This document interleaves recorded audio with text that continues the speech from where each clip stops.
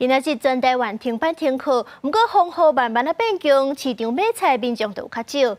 不过实际去菜市仔看，今日的菜价颠倒是比昨较俗。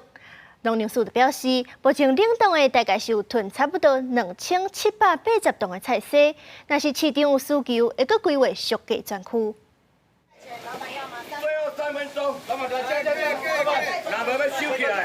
拜四全台拢放风台假，透早要8、10点，菜价啊顶悬的菜色就被空啊。不过菜贩仔也讲，因为风雨渐渐变大，今仔日买菜的人减真济，菜价也较俗。今天2成，昨天是8成啊，人差很多，对。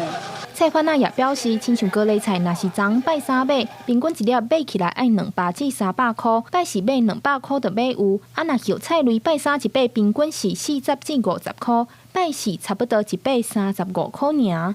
今日较少。对啊，你昨有买吗？昨冇买啊。啊，昨头偌济？昨头40块，啊，今日30块尔较俗啊。讲叶菜类。今日叶菜类啊。根据台湾农产运销公司的统计，拜三时菜色每公斤平均价格是48块2，不过拜四的菜价每公斤平均价格已经落到39块。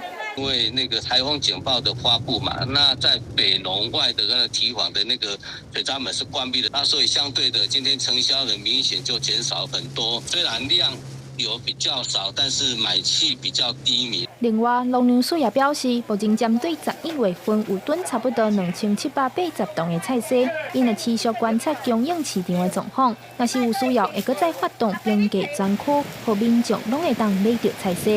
记者张家琪、谢桂玲台北报道。